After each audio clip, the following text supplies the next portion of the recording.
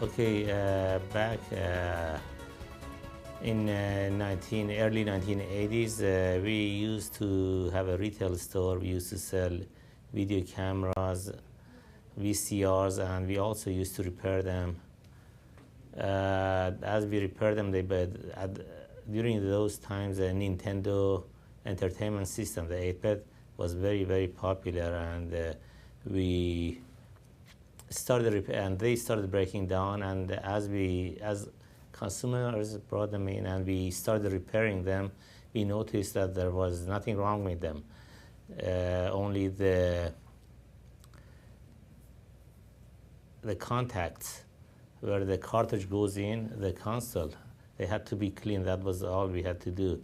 And the trick was a way to find out a way to get into the console and engage those contacts and clean them. And we figured out finally the only way to get there and clean those contacts quickly was to go in there just like a cartridge. So we made a cleaner that was in the shape of a cartridge, and it would go in there, engage the contacts, clean them, and come out, and would be almost instant cleaning. And rather than charging the consumer $60, $80 to repair them, we would just sell them. We sold them this cleaner that would be no more than $9.99 retail at the time, and they would have it forever. And we patented the idea, and it was very successful. We sold millions of it, and that's how we started getting into video game accessories.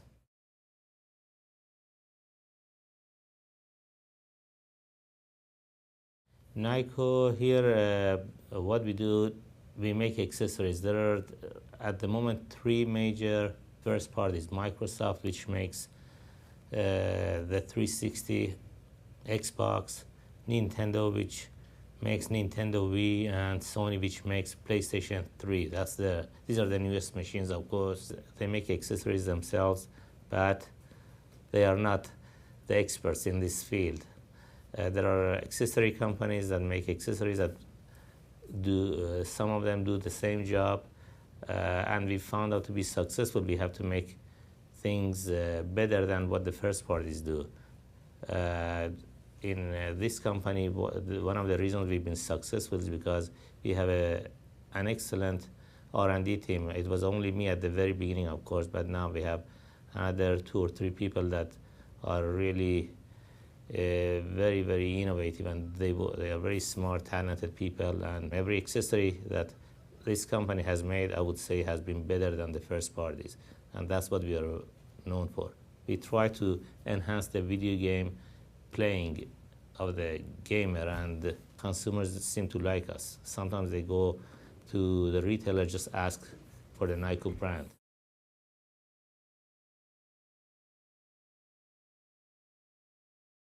There is probably at least another 20 video game accessory companies in the United States alone.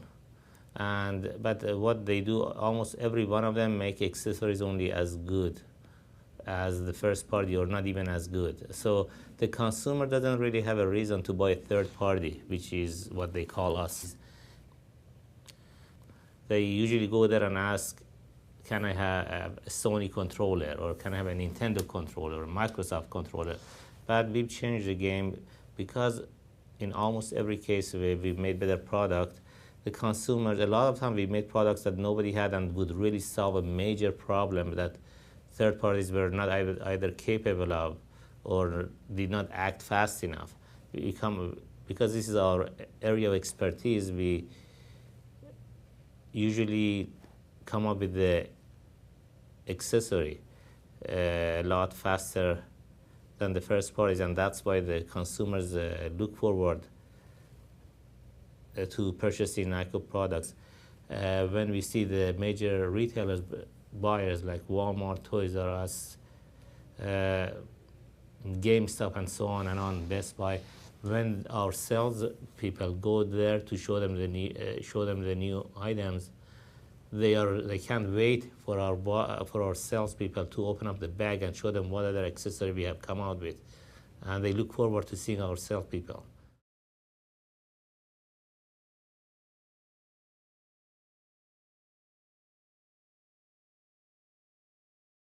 If you are talking about how do we decide what product to come out with so it's a winner, there are a few major points you have to keep in mind before you come up with an item. If you just want to come up with a product, what we call a Me Too product, something that either the first part is the major companies, Microsoft, Sony, Nintendo already have, the chances are slim to none to get it placed at the retailers. They are not likely to pick up yours unless you give them a major price discount. They would much rather sell the first party because, as you know, retailers, they value their shelf space. It's very expensive real estate for them. So they don't want to carry two of the same thing. Unless there is a lot of savings to the retailer, they wouldn't carry a second one, a third party. It's almost like in real estate, they tell you location is the most important thing. In our industry, as important as sales, marketing, and other departments maybe in your organization, product is what I usually say, and that's probably what we've managed to be successful. There are a few points you have to keep in mind to know what product to come out. If you have a good product, buyers want to see you almost no matter what, because they want to get, and they sometimes struggle to get you to get ship to them before you ship to their competition. Like Best Buy wants to get it before Circus City, or Circus City wants it before them, and so on and on. And we invest a lot of money in R&D. For every 10 products we think of to come out, we are lucky if we come out with one of them. And it costs a lot of money to come out with an item for us. So it's very important for us to know in advance what product to start with and come out with it. There are a few points that makes a difference whether or not we want to come up with a product, because it's very important not to invest in the 9 other products, if I may say, because it can cost you hundreds of thousands or perhaps over $1 million sometimes, and find out they are wrong.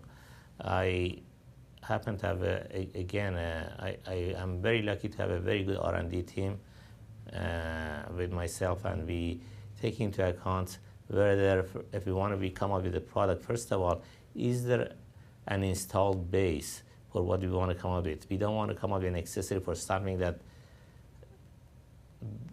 the console, there is not enough of the console out there. Over the past few years, past decade or so, there has been consoles that has not had a big penetration, and even though we made a very good accessory for it, it wasn't successful because the machine wasn't out there, enough of it was not out there for consumers to go purchase enough of our accessory. The other factors that we take into account, whenever you make an accessory, you have to make sure you solve a problem. The consumer buying this product wants to make sure that it's going to make it easier for them to play the game once they buy it. This is extremely important. If he just does the same thing that what the first party has already made, again, they have no reason to buy our product.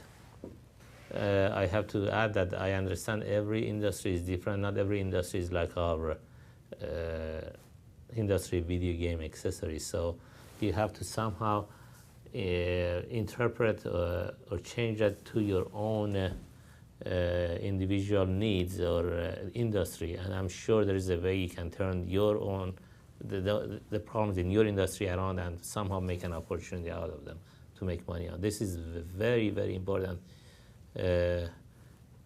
point that you have to keep in mind if you are in business. Another thing you may want to keep in mind is you would like to be the first one with a product out there. Once, let's say one of your competitors comes up with a good accessory and it gets placed, and you're only a few weeks after them and come up with the same product, it's going to be very difficult to place your order unless you offered, let's talk about Walmart. They have over 3,000 stores. Once they have placed 5 of each, this accessory, 5 5 pieces of each of your accessories in 3,000 stores, and the competition comes in and brings the same item, Walmart is not going to go pick up all those items off the shelf and replace it with yours, unless you offer them a major saving and major advantages. There is no reason for them to go. It's a law. It's very expensive for them to do such a thing. So be the first one to the market, and make sure you give them the best price from the beginning. Otherwise, if you want to start high and then lower it, a lot of time they may say no, and you don't. That's you. Sometimes with major retailers, you're lucky if you get a shot to place your order. Another point that you may want to keep in mind, if you can somehow patent your idea, if your idea is patentable, you may want to try to patent it, although sometimes it's very easy to get patents, but you have to make sure that the idea has not been out there. A lot of times the US Patent Office just gives you a patent for the hell of it, and it may not be worthwhile patent, but if you can get one, I still recommend you try to see an attorney for that. One very major point is every time you make a product smaller, I've noticed, or make it more compact, or maybe I should say make it portable, it always helps. Consumers, video game players, always want something small and portable. If you can manage to make what you want in something that they can hold in their hand, and as I said, portable, that will increase the likelihood that it will be placed on the shelf and the consumers would eventually purchase it. Of course, price matters. We used to say if you can get your accessory to be $9.99, retail would be, then they don't have to think twice to pick it up if it's a good item. But now with the US dollar going down after 15, 20 years, we try to keep our accessories below $19.99, even though we have items that go we cannot go that low no matter what we do. We have items that are $39.99, even I think $49 and $59.99. Like we have a guitar that we, again, with the first parties to it, we made it better, we made it wireless. We're the first party, I think it was made by Activision. We made it wireless before they did, and we sold it to just about every retailer in the United States. And we actually demanded a higher price than the first party, and we still sold a lot of them. So, as I said, price is important, but sometimes you have no way. You have to charge a higher price because of what you're making. Like in these days, Bluetooth wireless technology costs a lot of money, the module. So, and the consumers are not stupid, by the way. They know what they are getting. You cannot overcharge them, or you lose big time. You have to keep that in mind. US patent is a very powerful tool in companies, technology companies such as ours. The patents can keep your competition out in many cases. You have to be careful because you don't want to patent every single idea you have, because I've noticed the U.S. Patent Office, as good as it is, they just happen to issue patents every time we ask for one, 80-90% of the time. And even very obvious cases where an ordinary person can think of the idea or knows the idea, you go to the office and somehow your attorney manages to interpret it in such a way that U.S. Patent Office would issue the patent. I've also learned that the U.S. Patent Office issues a patent so often that I've heard it from at least half a dozen people that Europeans in England, France, so on, Germany, maybe 90% of our patents are not valid and they would not even issue. That's how bad it is, how bad the system has become. Some people abuse the patent office and get patents on very obvious products. Like, I can give you one example. In my case, the previous company I used to have before NYKO was called Naghi, N-A-K-I. And we had an idea. We wanted to make a recharger battery that was different than what was out there, but it was very obvious. And I had, of course, we didn't have our own factory. We asked a mold maker to make a sample, and we started selling it. And he was charging us a lot of money, probably double what I could get it for at other places. And so I went to other places. Now, what I wasn't aware of, that the mold maker had taken my idea and had patented it for himself. And at that time, I wasn't really experienced enough, and I was sued by him, and the product was so obvious that I thought the other side had not a chance of winning at all. But somehow, through the court system, he got through and he managed to prevail. And unfortunately, because of the lack of experience and knowledge at the time, I happened to lose my company, which was also in video games. I should have, if had I known what I know now, I would have definitely handled it differently. Like, one thing I would have done before I see this mold maker, I would have had a non-compete agreement. There is a lot of legal documents you can have. When you have an idea you want to present to somebody, you have to be careful. You have to make sure you are legally covered. Talk to your attorney, non-compete, non-disclosure, everything. Have them sign it in your favor, so such a thing cannot happen to you. I didn't do any of that, and unfortunately, again, because of lack of experience, I lost that company, which was also at that time, 18 years ago, also was the #1 video game accessory. And my company went into bankruptcy for 2 years. It took me a long time to recover and start my existing company, NYKO. One word of advice: if you have an idea that you think is unique, I suggest you go spend $300, $400, $500, see an attorney. Sometimes they even see you the first time for free. Ask them if it's a good patent, and see, it may be worth getting the patent. Usually it costs around $8,000, $9,000, $10,000 these days to get a patent, but it may be money well spent. It may save you millions someday. So just go talk to your attorney. That's my advice to you on patents.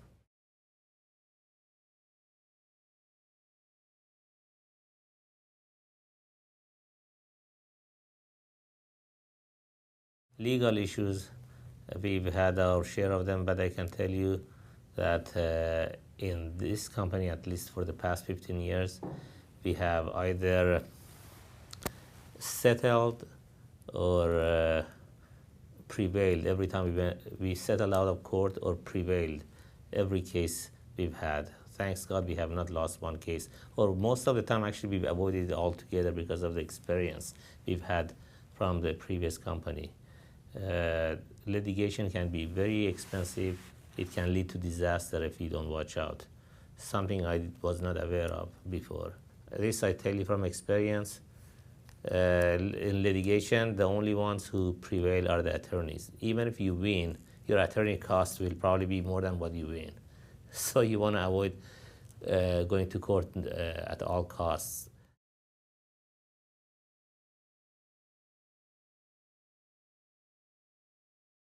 If you happen to be the victim, or for whatever reason you have to file bankruptcy, my best advice to you is, if possible, of course every case is different, I have to say. If possible, you can settle with the bank or whoever the creditors are. If you legally can walk away, that's the best.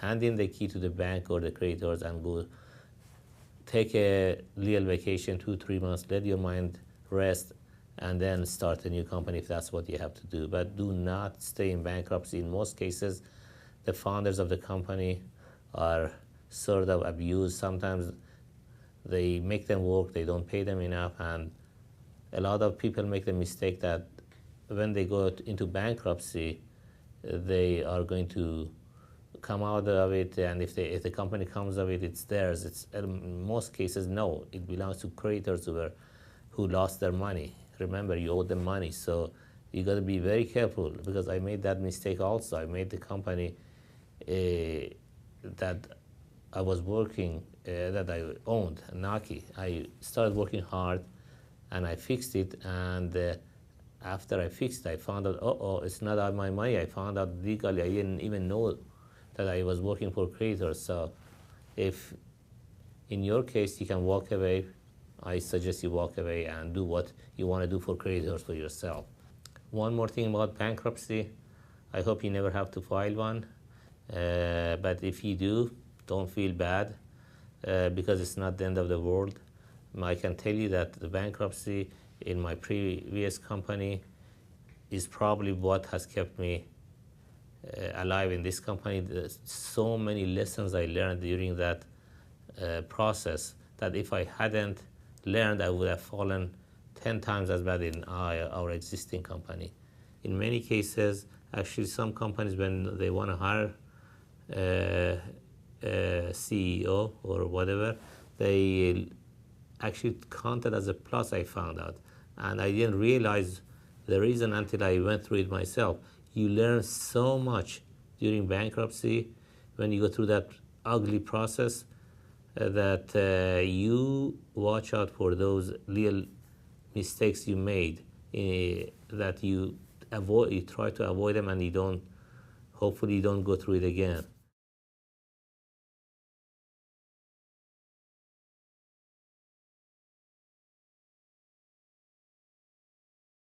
When we started, we were very, very short of money. We had no money. We had to borrow money from just about every brothers, sisters, father, cousins, aunts. And one place you should not go to borrow money. If you've gone as far as in-laws, you've gone too far. We went that far, and it wasn't a good idea, I can tell you, at least not in my case. We had a very tough time. Every day, our limitation was how much money we had to purchase, because we had good product, but we just couldn't bring them fast enough. As you know, retailers demand 60-day terms in these days, and not only do you give them 60 days, they don't pay until 90 days. So we are always short of money. But through innovation, unique items, good products, at least that was what kept us alive, and buyers still wanted to see us, because still what we offer them, even though we could not ship them enough product, was something they could not get elsewhere, so they still had to talk to us. As I said, this goes back to what I said earlier, product. That is number one in our industry. I don't know about other industries. Finally, we managed to get a small loan, open up a bank, gave us a line of credit, and we were very careful not to mess it up. We had to watch it, and we grew, and finally we have enough money to run the company now.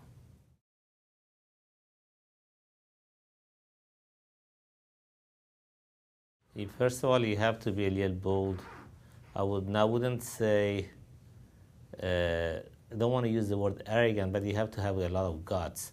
If you know something that you like, that is a winner, make sure it's not out there, first of all. Make sure you are the first one to come up with it. Make sure there is a need for it. That's the most important thing. If it's not needed, if it's a necessity, it will probably be a winner. If it's a luxury, I don't know about that one. In my experience, necessity is a lot more important than a luxury in our industry. If you make one that people, as I said, enhances whatever they are doing in your industry, I can tell you that if you market it properly, you probably have a winner. You just have to use your gut feeling.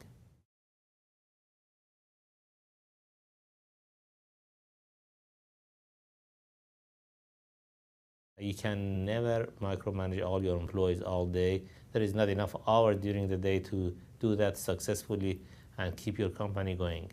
I learned a long time ago that if you hire the best help in every department and give them autonomy, authority, and responsibility, if you incentivize them, these people will eventually deliver big, because once they have an incentive and they are, you can see so much loyalty in those kind of people that you can walk away from your company for a week and come back and everything is exactly the same. Because people come in and go here, nobody watches them, we don't micromanage.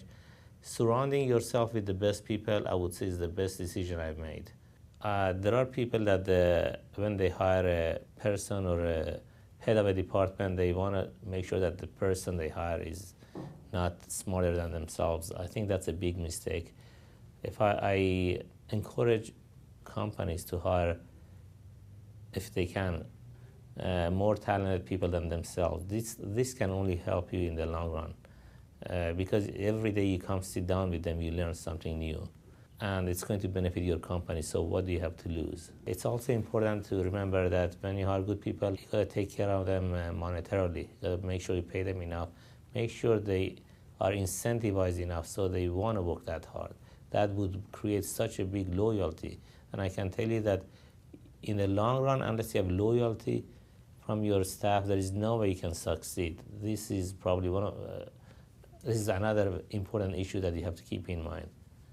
A company is only as good as its employees, staff, and I feel very lucky and blessed that I have had the best staff, and I think that's the biggest strength of our company other than product.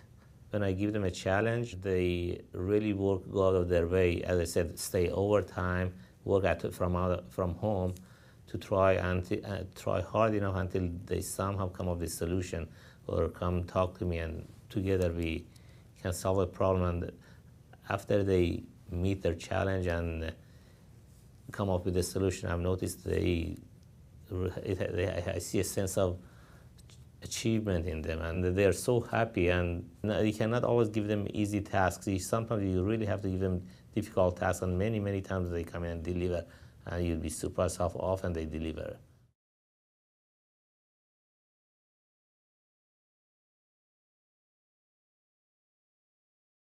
I am not as involved as I used to be 10 years ago myself anymore. I trust my team. They have come up with so many unique items that I trust them because I've let them make mistakes, and I have never made them feel bad or punish them, and that's why they don't mind taking risks. They know I am not going to be upset if they make the wrong product. If you want to be successful in business, you have to take risks, and that includes R&D. I happen to be a very big risk taker. As I said, I wasn't the first one to think of it, but what I have done differently, I also let my people take risks. Many times I am not sure or I don't agree with what they are going to make, but I let them do it and let them find out that it was wrong. But in the long run, I've noticed it helps me. They're loyal people, they learn from their mistakes, and they come up with unique, innovative items. Almost every item that my R&D staff has come out with in the past, I would say 8-10 years, has been better than what has already been out there.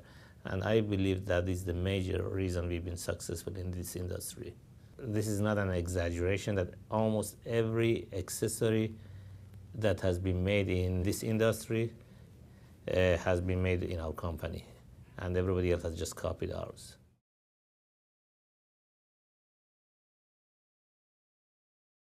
I have a very close relationship with almost every one of my staff, and my preferred method of communication is face-to-face.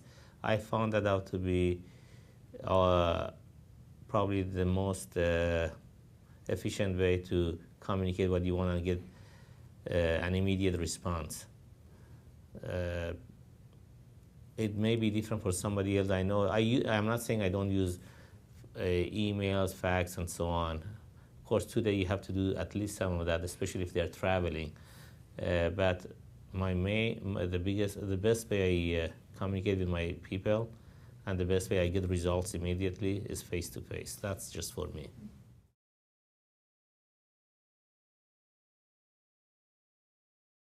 Yes, I am an extremely busy person. I probably work at least 70 hours a week, and there is not a day I go home without saying to myself, I can stay working for a few more hours and get more done. I can never finish what I have on my desk before going home.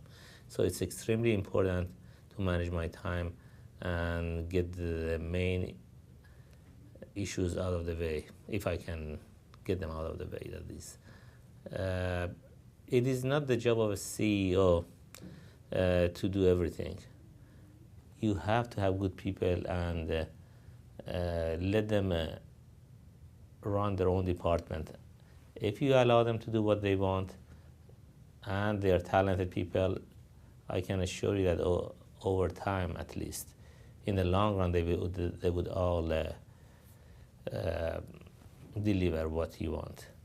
If you delegate authorities to talented people, then that frees you up. You have time to make the more important decisions. There is no way you can make the important decisions if you want to get involved with every little detail everybody is doing.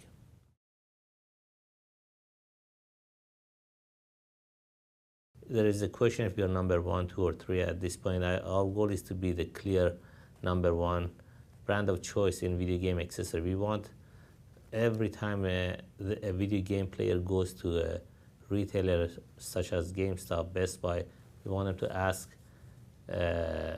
for brand NYKO, and I believe we are very close to that. And that has put us, a lot of consumers, they go there, even if our prices are higher. Many times they pick up our items over the competition because they trust the name brand NYKO.